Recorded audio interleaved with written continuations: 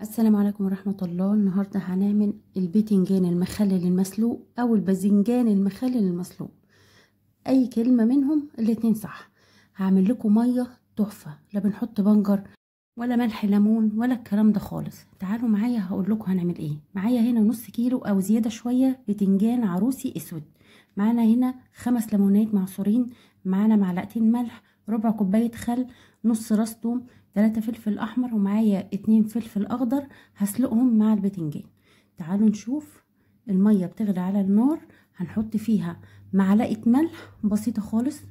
انا ما بحطش خل، انا هقول لكم هحط الخل امتى. وهحط البتنجان زي ما هو بالقمع بتاعه او بالراس بتاعته، ما بشيلهاش خالص، لان لو شلتها او فتحت البتنجانة هتسود معايا وانا مش عايزة الكلام ده خالص.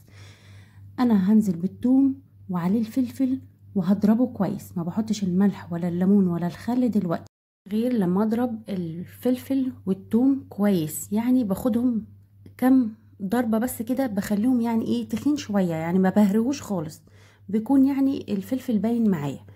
دلوقتي هاخده كام ضربة الاول، وبعد كده هنزل عليه بالملح وبالليمون وبالخل. انا مش بحط كمون علشان الكمون بيغير الطعم وبيمرره، لو قعد معاكي البتنجان يومين 3 او من اول يوم على بالليل كده تلاقي طعمه اتغير. فاحسن حاجة ليه هو الملح بس، طول عمرنا نحط ملح وليمون وخل، ما بنحطش كمون في المسلوق. ممكن لو البتنجان مقلي ماشي احط كمون، لكن المسلوق لا طبعا. وبأكد على طبعا ديت، هو ملح وليمون وخل بس، مع الثوم والفلفل. حطيت طبعا من كل حاجة شوية وسايبة شوية ليه، وملحت التمليح ده بتاعك انتي، ولكن ما كتريش الملح عشان ما يبقاش مالح. طبعا الثوم بيدي برضو نسبة ملوحة شوية، فما كتريش الملح. فانا سايبة شوية من الملح والخل والليمون. ليه؟ علشان هحطهم في مية البتنجان، يعني مية البتنجان اللي بيتسلق ده هو بيتسلق يا جماعة 10 دقايق، 10 دقايق بس على النار، ما بكترش في السليق بتاعه خالص.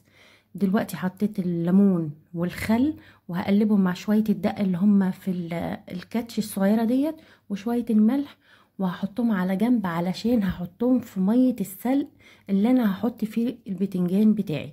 شلتهم كده على جنب، وهزود كمان من الخلطة دي. عدى بالظبط 10 دقايق، 10 دقايق، ما تكتريش عن كده، تحسبيها بالساعة. معايا الفلفلتين الخضر، هفتحهم فتحة بسيطة وهنزله واغطي وهطفي على البوتاجاز. انا خلاص كده طفيت على البوتاجاز، وهسيبه بقى لما يهدى شوية. وزي ما انتوا شايفين طالما البتنجانة مكرمشة معايا بيبقى استوى تمام. وزي ما قايله لكم ما تشيلوش القمع، لان بيخلي البتنجانة معايا فاتحة، فاتحة ما بيخشش فيها مية، وبيخلي البتنجانة ما تغيرش خالص في لونها، علشان انا عايزاها تاخد من طعم الدقة بعد كده لما تتحط في المية، ولونها بيبقى احمر معايا. خدت كام كبشة كده او كام معلقة من مية السلق علشان هبيت فيها، او هي دي الدريسنج بتاع البتنجان. كمان نزلت بكام معلقة من الدقة ديت، وهسيبه على جنب، وملحتها كويس زي ما انتوا شايفين لونها احمر معايا. وكل ما احط عليها البتنجان بالدقة بتاعتها او بالتتبيلة بتاعتها كمان هيحمر معايا المية، يعني ما بنضطرش نحط بنجر ولا الكلام ده خالص. وليه نحط ملح ليمون ونبوظ الدنيا معانا ولا الكلام ده؟ الملح العادي بتاعنا. دلوقتي انا بشيل القمع بتاعه او الراس بتاعته، وهوريكم لونه فاتح ازاي علشان ما تفتحش مني. انا مش عارفه ليه بيفتحوه يحطوه في الميه، لا ما تفتحوهوش ولا تشيلي القمع بتاعه خالص علشان ما يغيرش لونه ويسود معاكي. دلوقتي هفتحه كله زي ما انتوا شايفين لونه فاتح ازاي معايا من جوه، وهفتحه كله. وطبعا احنا الاول كنا غسلينه كويس جدا قبل ما نشتغل فيه، غسلينه كويس جدا. طبعا الفلفلتين الخضر دول حطيتهم لما طفيت عليه البوتاجاز، ودلوقتي الفلفل ماسك نفسه شوية مش مهري معايا، كذلك البتنجان ماسك نفسه، عشان كده بفتحه بالسكينة، يعني مش مهري. يعني ال10 دقايق بالظبط بالظبط بيخليه كويس جدا. وقلتلك اول ما يكرمش يبقى كده استوى معايا، ما تكتريش في السوا بتاعه عشان ما يتهرش منك، عشان تعرفي تمسكي البتنجانة وتاكليها.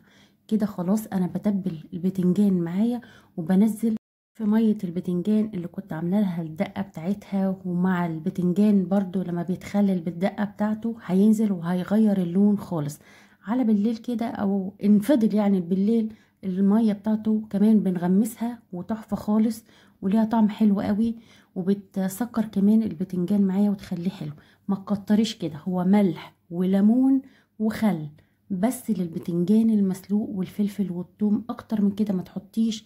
اللي بيحط كزبره وكمون دي اذواق براحتهم، لكن احنا طول عمرنا نعمله كده.